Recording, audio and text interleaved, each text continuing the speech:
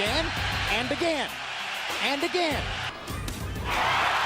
Right hand by Klitschko, down goes Bird.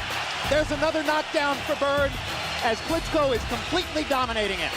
And that's the end of the fight as Bird's face is a bloody mask, leaving himself exposed as he knocks Brock down with a right hand. Knockout win for Klitschko in the 7th round. Boom! That's what heavyweights are supposed to do. After sustained punishment for the first 5 rounds, Klitschko knocked Rahman down in round 6, and the end was in sight. He gets Hay against the ropes and lands a left and a right. And Vladimir is hurting him with every punch at this moment. Now there's another knockdown. 2 knockdowns in this round. And there's the 3rd knockdown of the round and the 4th knockdown of the fight. Klitschko would cruise to a unanimous decision victory, his 15th consecutive successful title defense.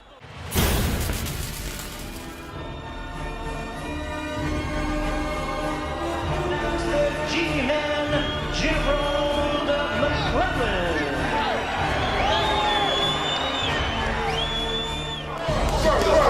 Look at the man's record. 20-odd knockouts in the first round. The guy was a dangerous #1 hit man in America.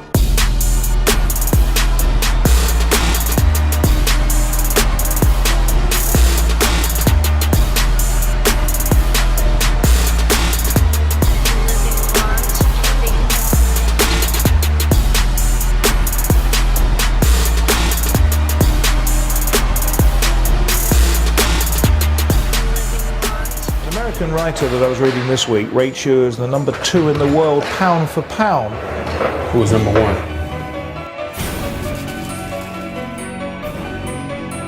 Dr. Eisen Faust, Dr. Iron Fist,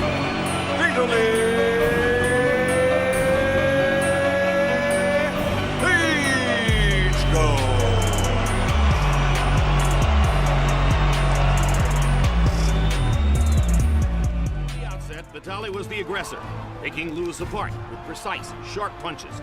His assertiveness on offense appeared to startle the heavily favored champion. Hard right hand by Klitschko, best punch of the round.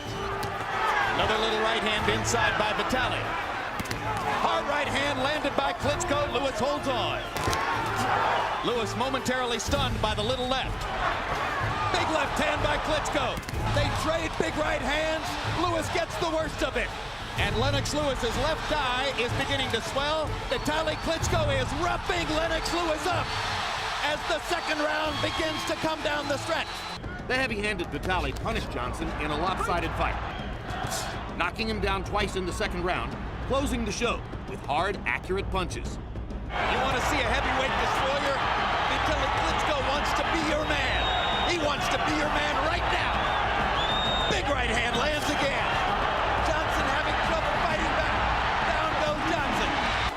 But Klitschko lands a big right hand shot. Williams' hands drop. Still a minute to go in the round. Here at ringside, you can hear the thud of Klitschko's punches. Vitali's got a chance for a 1st round KO here. Down goes Williams.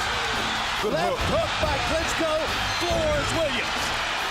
That was about a 3-inch left hook. That was stunning. The outcome never in doubt.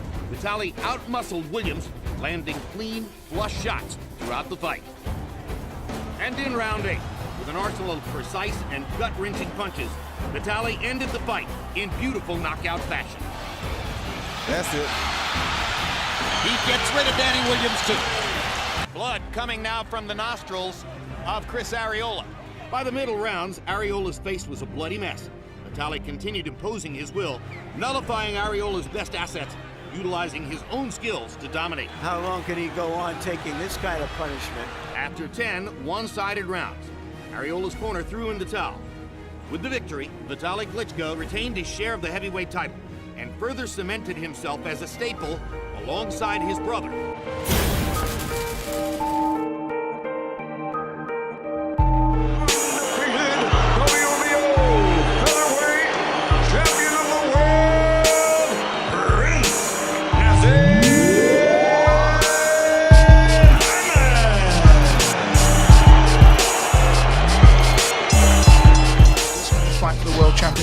Definitely, you're going to see it for yourself. I'm so relaxed, I'm ready to do the business.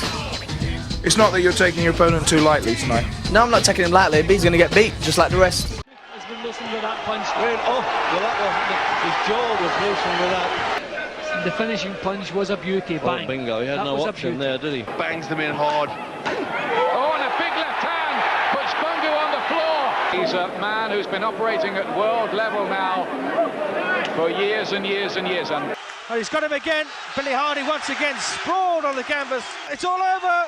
So a 2 knockdown first round win. Bang. Beautiful right hand. And look at the pain on Hardy's face. oh, terrific right hand. He's quite a talent, isn't he? He is. He makes them miss by fractions. And now we see that quick counter, and it's got Angeles in all sorts of trouble. Block those punches from whatever angle. A right hand gets through from Adesanya. Good solid right hand there. Oh, left hook. And another left hand. Absolutely extraordinary. It was the extra power of Naseem Hamed. If this fight is not finished in the first round, it's because Nad doesn't want, but yet it's all over. Oh dear. Slides down the front of him. Left, right, right. And once again, you see the awesome punching power of Prince Naseem Hamed.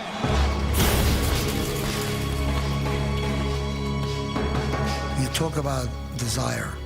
You talk about doing anything to win. That was Rocky Marciano. Tough as a rock. He was very well named. He would wear you down. It was like going up against granite. On offense, he never gave you the ball. He was one of those great competitors. Long range right that stuns Rex Lane, and then he crumples forward to the canvas. A watch, a left, another left crumples Lewis, a blazing right, and Lewis sails through the ropes. Matthews is down. 2 lightning-fast left hooks. Intent on staying away now. Be careful. There's the right hand. Walk it. Left hook. 2. Connects with a smashing right, another right, a left, and another right sends the Stars are sailing back through the ropes. 3. He gets under my left. So I just shifted right back again behind the right hand. Dead game. What a right hand and a left, and down goes Sean Taco. Just not the steam on it. There he goes. In his own corner. I see his legacy as a fighter as a man of indomitable courage. Rocky Marciano showed what the will to win can do.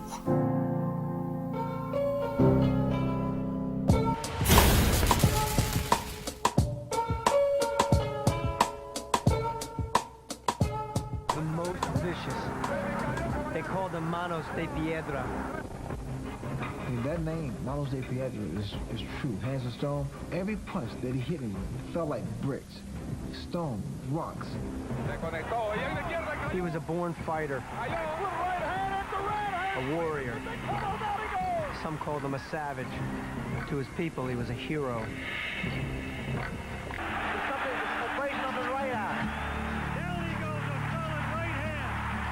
Roberto Duran has beaten the odds and the experts and won his 3rd world championship. He fought through his 30s. He fought through his 40s. And Roberto Duran is still fighting.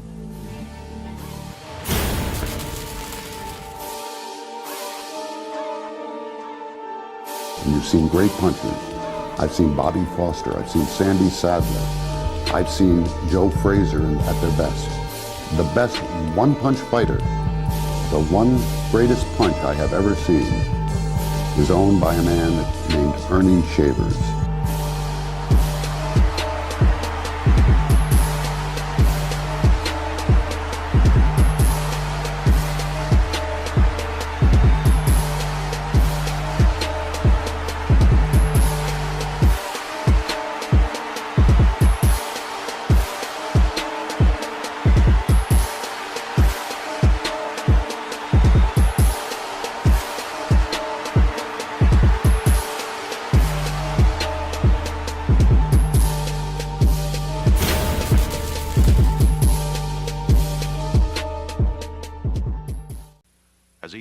and Foreman was regarded as one of the sport's most brutal contenders. He's not normal. He was never normal. Frazier has never taken this kind of punishment. And it goes down at the bell. When he hit Joe Frazier, I thought the world was coming to an end. That George Foreman intimidated the hell out of a lot of opponents. He would just come in, growl, throw punches, and go home. George was once as feral a figure or as demonic a figure as Mike Tyson. Easy. George was kind of a freak. George was unusual. George was one of a kind. If you could survive 1 or 2 rounds with me, which would be a lot of pain and probably a lot of heartbreak in your life, because not only could I hurt you for those few rounds, 2 or 3 rounds in my previous career, I could really do damage to your body physically and your brain. There weren't, like 12 champions. There was one guy. George Foreman, George Foreman, George Foreman, George Foreman. He was good guy, bad guy. I'm heavyweight champ of the world. All of the skeletons, they're out of the closet. All these things couldn't possibly have happened. They did. That's what made him the greatest boxer of all time. Look at my life. If you can dream anything, you can do it.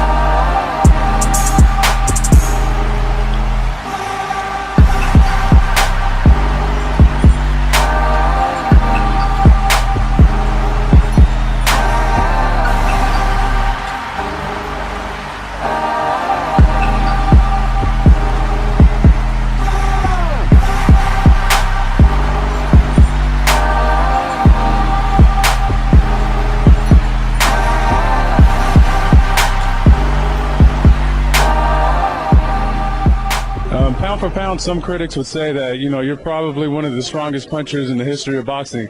Where did that power come from? Was it natural? Was it your training regimen? Was it the food you ate? Where did that power come from? Boy, I think it was natural, and it was something that we molded and shaped, my trainer, and we perfected it, and, it worked out for us. It worked out for us.